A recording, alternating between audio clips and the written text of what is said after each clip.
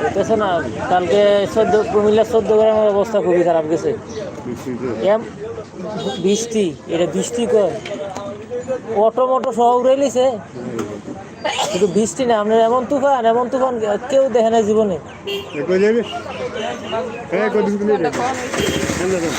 সেদিক দিয়ে যান কেন? 14 গ্রাম।